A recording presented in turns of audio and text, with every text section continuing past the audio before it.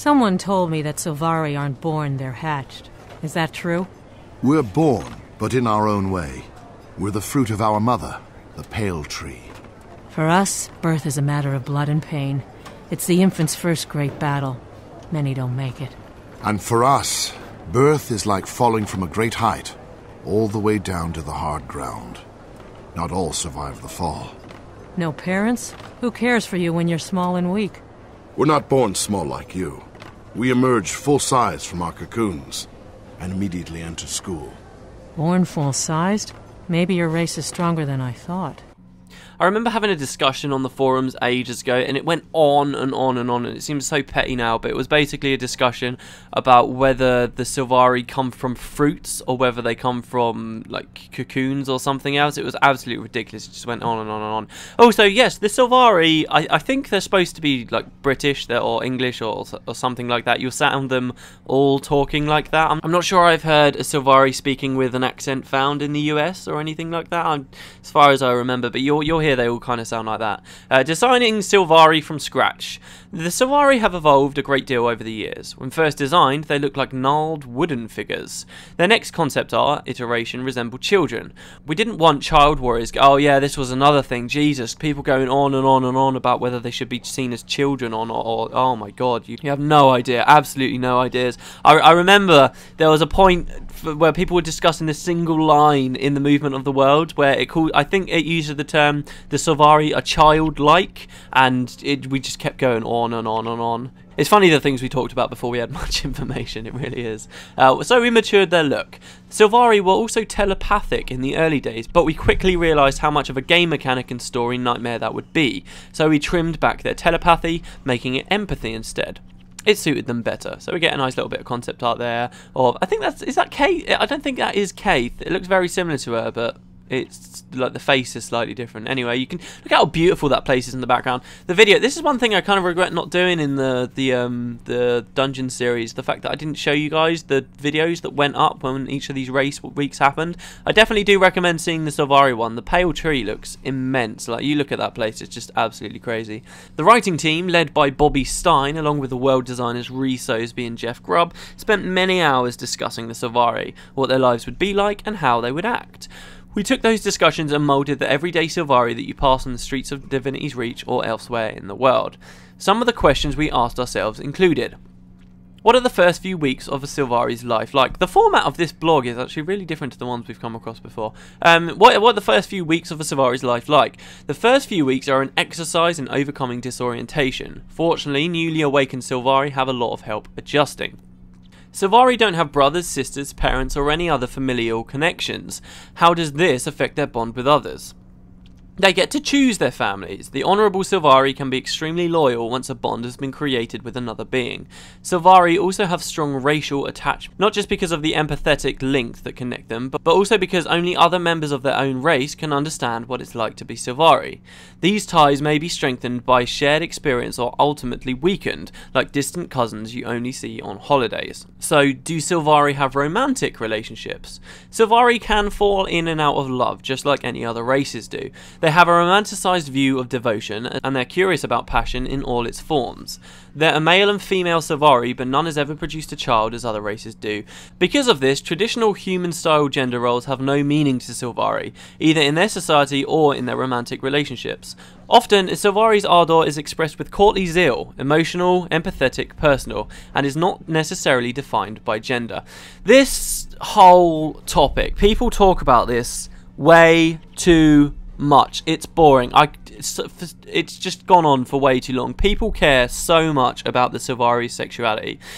ArenaNet have been pretty progressive with the Sylvari, really. They've basically just said, yeah, they don't necessarily have to have straight relationships. They can have any kind of relationship they want, which is fine. But people just kept going on and on and on about it. I remember, like, a whole thread going on about how Sylvari have sex and stuff. And it's just... And in the end, I think ArenaNet just answered with, like, well, we didn't really mention any of this because we didn't feel the need to mention it with any of the other races, so why do we have to do it with the Sylvari? And I completely agree with them. Why do people care so much when it comes to the Sylvari? Sylvari. Like, if you've not really noticed much of this, then you probably will think I'm overreacting a bit, but people just go on and on and on about it. And even right now, there seems to, I'm not sure what sparked it really, because it was kind of put to rest quite a while ago, but recently there's been a lot of articles and stuff coming out about skimpy armor and kind of how sexualized female armor always is in video games and stuff like that, particularly with regards to Guild Wars 2. Months ago, absolute months ago, this is slightly off topic, but months ago that came up again, and essentially one of the armor designers turned around and said, was it Kristen again? I think it could have been Kristen again, but turned around and basically said, oh hey look, we've got something for people who like practical armor, and they basically showed concept art of women in full plate mail, which was awesome. They said we've also got something for other players who like it to look a little bit more exotic or a little bit more sexual, and they had kind of elementalists and skimpy thongs and stuff like that. Well, no, it wasn't that bad, but you could see that they were appealing to both people. But for whatever reason, it's come back up again, that whole debate, and once again the Sylvari are being thumped in there again, and people going on about how the Sylvari react. Because I read one of these articles and it was going on about why did ArenaNet decide that they were going to have male and female Sylvari in the first place, and that the guy understood that the law stated that Sylvari are based off of humans because they come out of a tree that was planted on their graves. If you've watched the end of My Eye of the North, I explained all of that. I'll probably have to explain it again as we go through the blog post. He understands why there are different genders like that, but he was basically saying, why did ArenaNet not just give them a single gender, like neither male nor female, which actually is something I kind of think would have been quite cool. I would have liked it if for the Sylvari it didn't matter what gender you were, or like in character creation you didn't pick male or female, you just picked Sylvari and that was it. That could have been quite cool. That could have made them even more distinct. I think that would have been really awesome.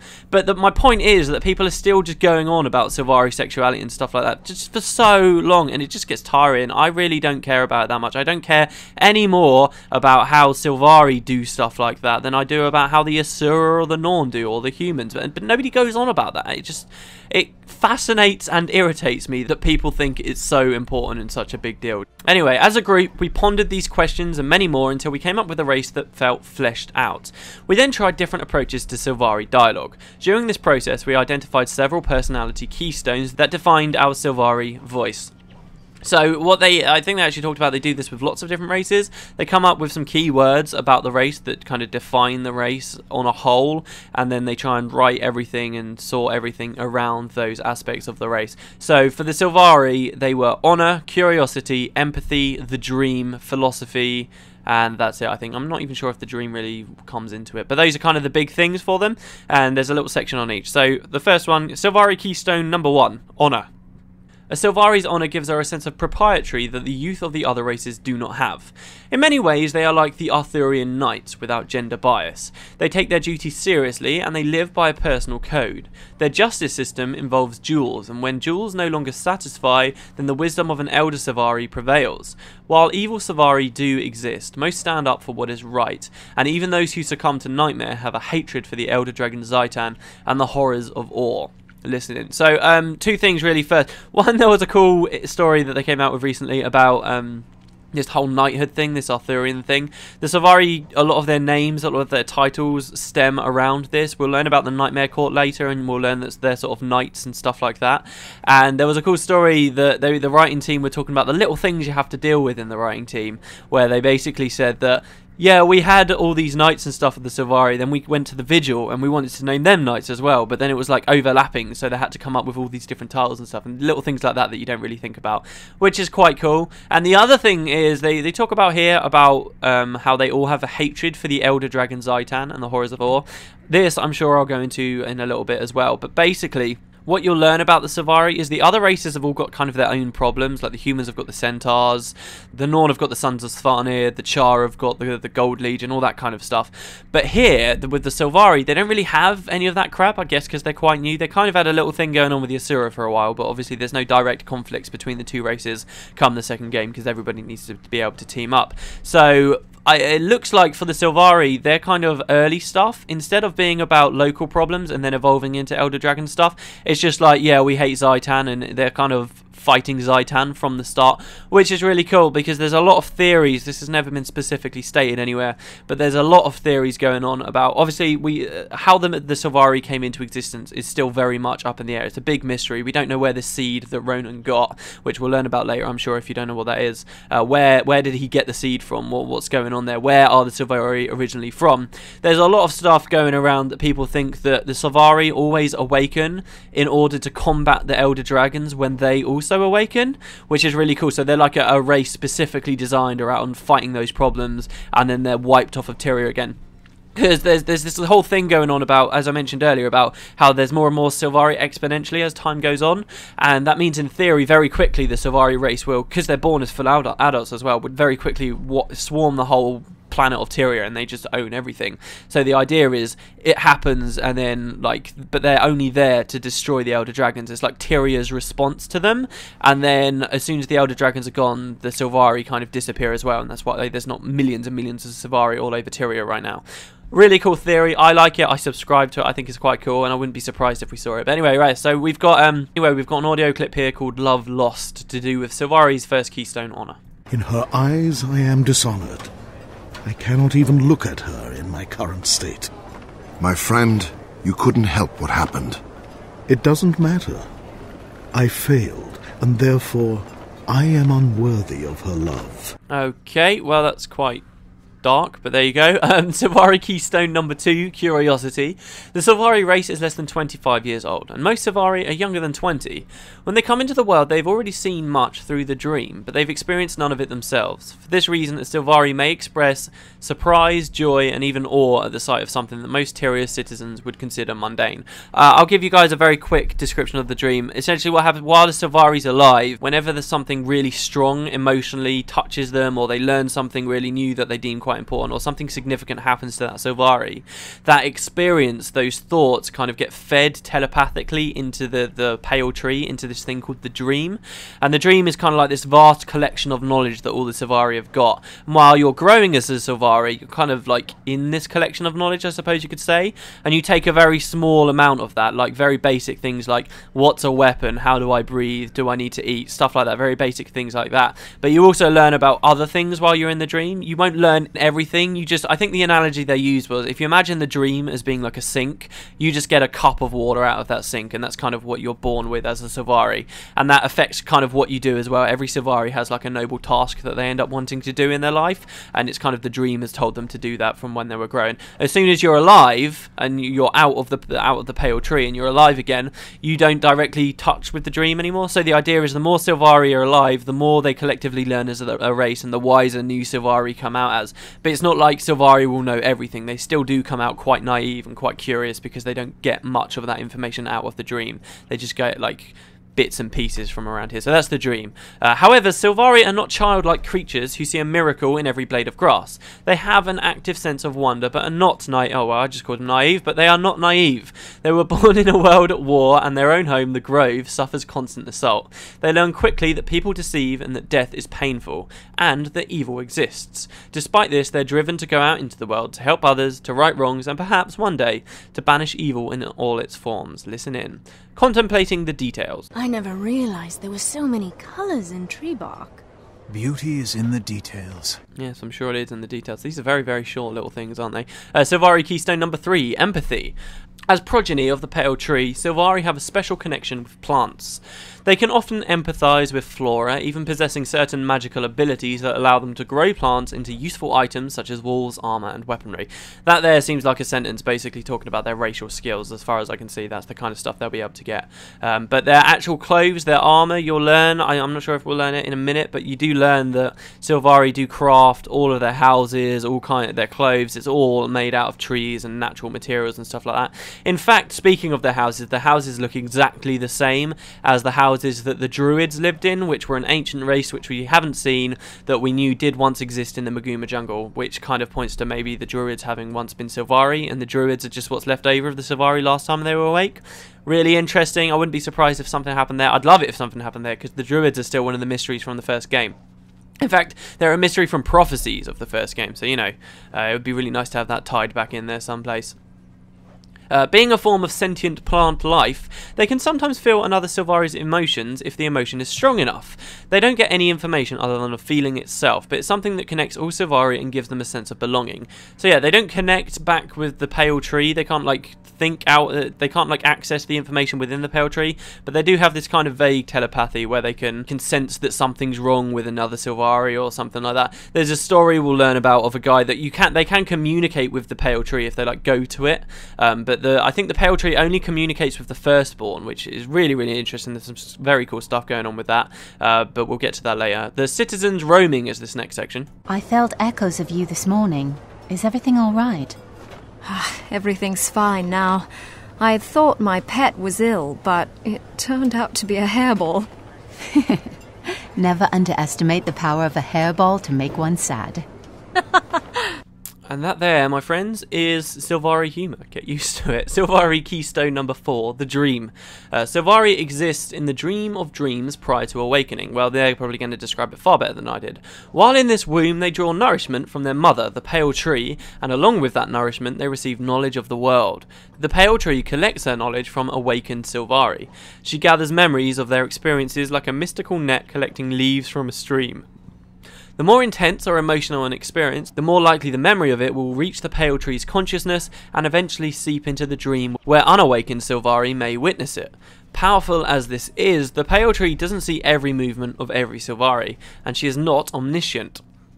Furthermore, not all Sylvari see the same dream visions, so everyone awakens with a unique foundation of worldly knowledge. The dream may reveal clues that foretell the Sylvari's profession and talents. It may reveal historical events that will impact the Sylvari's personality and future choices. It sounds like they're just explaining what you're going to be saying in the character biography and that little bit there. It may reveal knowledge of everyday life, both in Sylvari society and among other races. They see many things about Tyria and are thus ready to begin living when they awaken, fully grown and leave the pale tree. A small percentage of the awakened Sylvari eventually receive a calling to the wild hunt. This is the thing I was talking about earlier. Their first hints of this may have appeared in the dream prior to their awakening, though few would recognise it as such. The Sylvari called to the wild hunt has an especially important purpose and is dubbed a wild hunt valiant. Great responsibility comes with the wild hunt, as does great opportunity. Most Sylvari take this so seriously that they would die in service to this quest. Each Sylvari's wild hunt is unique. Listen in. It's mentioned this a couple of times. I do feel like I need to quickly explain that. Dying as Sylvari. No Sylvari have ever died of old age, ever. That's another reason why it's like Sylvari could very quickly overrun everything else in Tyria, because they're growing so quickly, they don't die of old age. The only way a Sylvari will be known to die is in actual combat, and indeed I think we also get a story later about the first Sylvari to have ever died. We kind of learn about that as well. So arcing boughs is this next section. I feel the call. But the thought of leaving the grove both thrills and terrifies me. We can learn a great deal from the pale tree's long roots and arching boughs. Though it stretches its limbs far overhead, it remains rooted, and it bends so as not to break. A nice little bit of Sylvari philosophy there, I guess. Oh, here we go. The next keystone, actually, number 5, philosophy. When the first Sylvari awakened at the base of the pale tree, they found a stone tablet, the Ventari tablet, carved with 7 tenets to live by. This is probably one of my favourite aspects of the whole Sylvari story in the race. Just this whole thing with the tablet is so cool, especially when you learn about the Nightmare Court and what they think of the tablet and stuff like that, which we will soon enough. It was written by Ventari, a wise centaur who lived hundreds of years before the first Sylvari was born, and if you played Guild Wars 1 you'll know who that is, and you will have played with him. The Sylvari have embraced these tenets as one would embrace the words of a prophet. They listen, they discuss their meanings, and even have deep philosophical exchanges about the nature of life, love and honour. Listen in. Have they written list? They have. They've written listen in after every single one of these. Yeah, this blog post format is a little bit different. But yeah, listen in, guys. Mentoring. The last of Ventari's tenets is often misunderstood. Who would care to discuss it? It says, from the smallest blade of grass to the largest mountain, where life goes, so too should you. It means that there's a big, wide world out there, just waiting for us to come and explore it. There is no greater mystery worth exploring than the self. I'm finding it really hard to comment on what they're saying on these. They just seem to talk about idealistic bullshit the whole time. But there you go. Diversity. This is the last little bit. The Sylvari have personalities built of complex emotions, quirks and goals. They have quickly become just as complicated and nuanced as our other races. You won't find anything cookie cutter or cardboard about any of them, and our in-game dialogue gives us the chance to express Sylvari in all their colours, shapes and sizes. Their dialogue, actually, in one of the books, in the second book, they just made the Sylvari and that Colleen sound just completely ridiculous. I really didn't enjoy the dialogue. However, we have heard some other stuff, and I do think that they will generally be quite interesting to speak to, which should be quite cool. But yeah, that's a very quick intro, kind of, I guess, to the Sylvari. There's a lot to the Sylvari, actually. Rereading this blog post out, I'm actually remembering now they do have hell of a lot of lore that's kind of built up over time, which is really cool. Actually, I guess I would actually say they've got more depth now than the Asura do. I really, really would. Maybe even the Norn. It's just, you know, definitely not the humans or the Char. I mean, none of them are going to top the humans after all the stuff we saw about humans in Guild Wars 1. But yeah, so that's the Sylvari. Very mysterious, very interesting race. We're nowhere near done with the Sylvari yet. That's just our first little intro to them. We've got a lot more stuff to do on them, and we'll be getting on with that next time, guys. So hope you guys enjoyed these next 2 videos. We're getting forward, I guess, in Slavers Exile. We're probably getting forward. No, we've still got plenty of footage left. So yeah, I hope you guys enjoyed this video, and I will see you next time.